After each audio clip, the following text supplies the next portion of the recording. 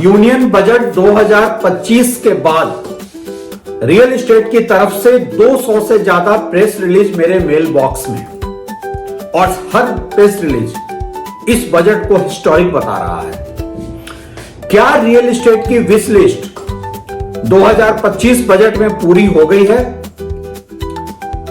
Real estate के stake holders और builders इस बजट को लेकर इतना अपबीट क्यों दिख रहे हैं? बजट के पहले रियल एस्टेट स्टेक होल्डर्स के जो डिमांड थे, जिसको पूरी तरह से इग्नोर किया गया है, बजट के बाद सारे स्टेक होल्डर्स यू टर्न क्यों मार रहे हैं?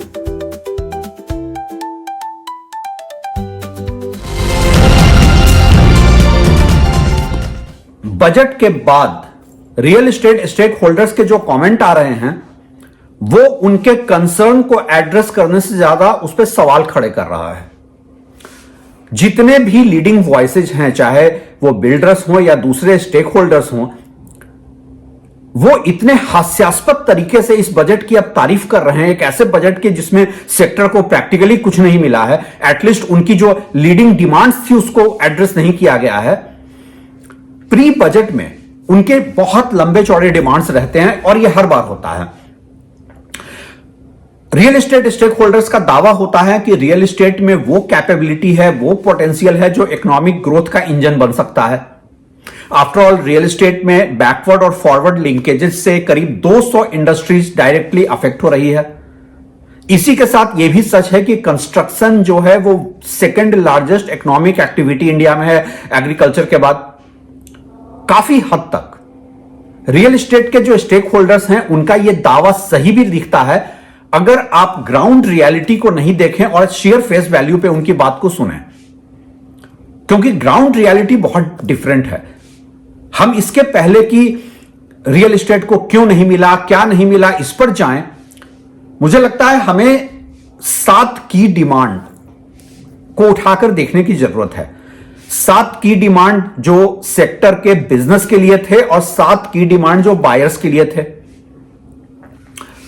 सबसे पहले हम सेक्टर के जो 7 क्रिटिकल डिमांड्स थे उसको उठाते हैं।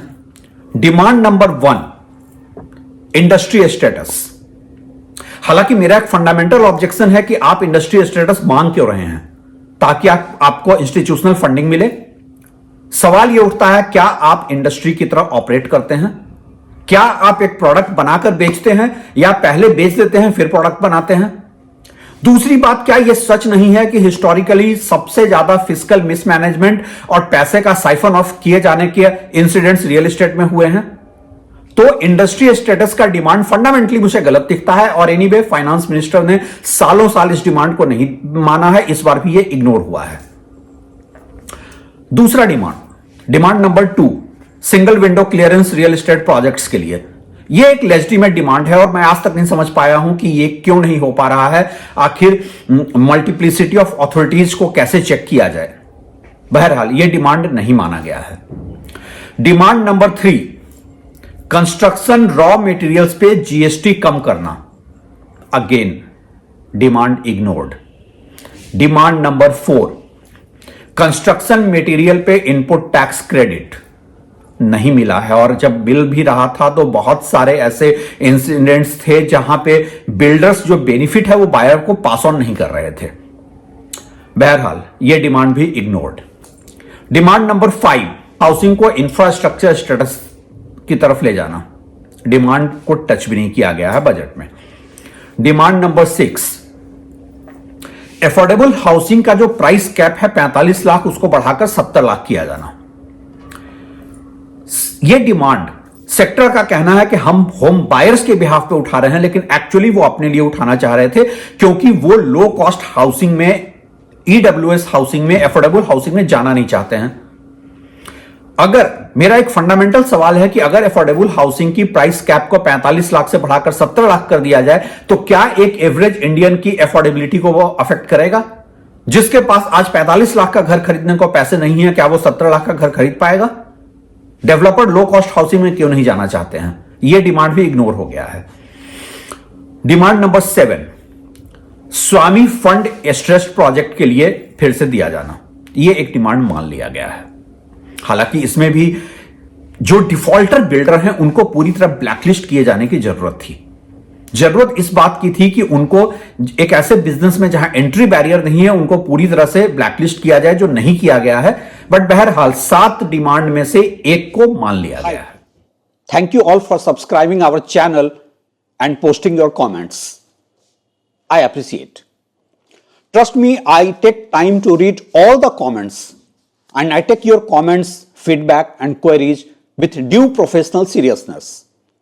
I would continue to make video on the topics and questions raised in the comments section as I aspire to make this platform dialogue driven. May I request you all to subscribe this channel and keep posting your comments. Our mail ID is given in the description and you are also free to ask question through your short and crisp video. I will try my best to take your video queries and reply it in the subsequent video. Let's make this channel unique and dialogue driven. Thank you. अब आते हैं और देखते हैं buyers के behalf पे वो 7 demand क्या थे। Under construction demand number 1, under construction project पे जीएसटी का एग्जेम्प्ट किया जाना। यह डिमांड मुझे लगता है लॉ ऑफ नेचुरल जस्टिस से लिंक्ड है, क्योंकि अगर एक real estate project construction life cycle में अंडर कंस्ट्रक्शन होते हुए जीएसटी के दायरे में आता है तो रेडी टू मूव में क्यों नहीं आता है? ये आज तक ये एनोमली मैं नहीं समझ पाया हूं। मुझे लगता है ये एक लेजिटिमेट डिमांड है जो कि नहीं माना गया है। Separate higher deduction housing loan का जो प्रिंसिपल रीपेमेंट है जो सेक्शन 80C के तहत 1.5 लाख रुपए की है, उसको 5 लाख किए जाने की बात, again demand ignored. Demand number 3, section 24B में जो होम लोन इंटरेस्ट पेड पे टैक्स डिडक्शन की लिमिट है उसको बढ़ाकर 5 लाख किए जाने की डिमांड थी, demand ignored. Credit linked subsidy scheme demand number 4, credit linked subsidy scheme first time home buyers के लिए रिवाइव किए जाने की बात थी, डिमांड इग्नोर्ड।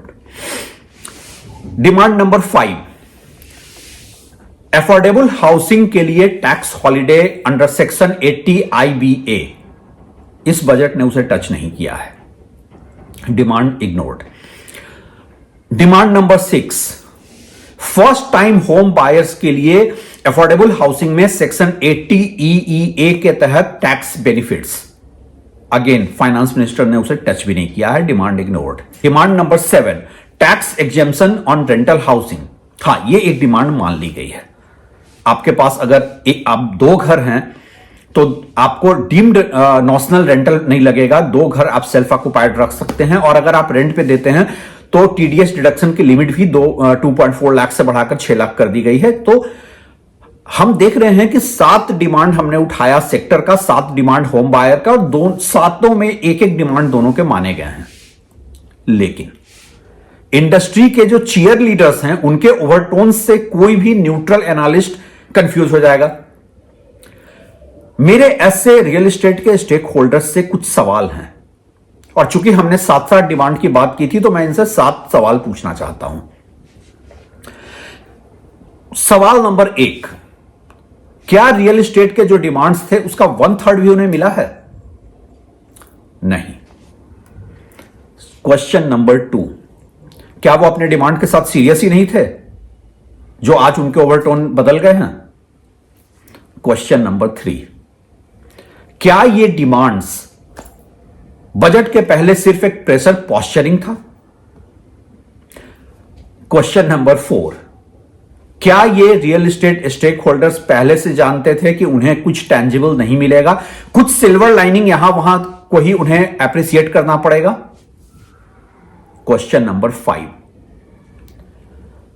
क्या उन्हें यह मालूम था कि रियल एस्टेट को टेंजिबल कुछ नहीं मिलने जा रहा है और वो मेंटली प्रिपेयर्ड थे इसके लिए?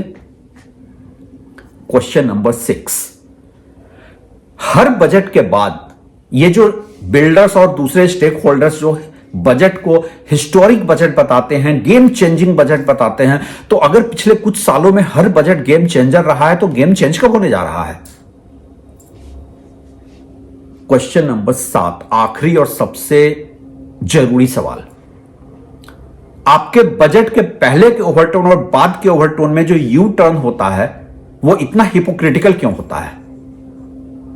अनफॉर्चुनेटली जितने रियल एस्टेट के लीडिंग वॉइसेज हैं वो ऐसे अनकंफर्टेबल सवालों का जवाब नहीं देंगे। वो पावर कॉरिडोर्स के रॉन्ग साइड पे नहीं दिखना चाहते हैं। हम सब जानते हैं कि एक हाउसिंग सेक्टर का जो एक मोमेंटम बना था कोविड के बाद, वो 2025 में आकर थम सा गया है।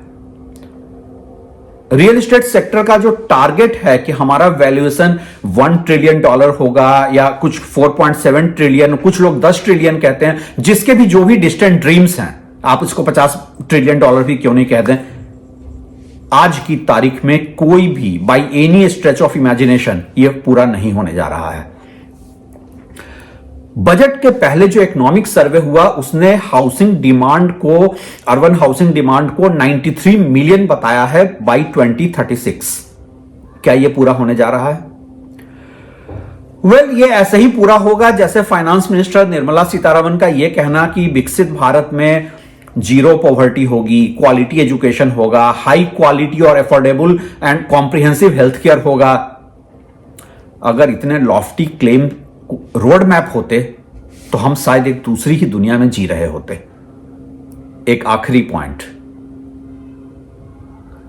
रियल एस्टेट सेक्टर मेरे इस वीडियो को सिन आइटम में डालकर जीएसटी लगाने का डिमांड फाइनेंस मिनिस्टर से कर सकता है, इसलिए मैं यहीं पे रुक जाता हूं।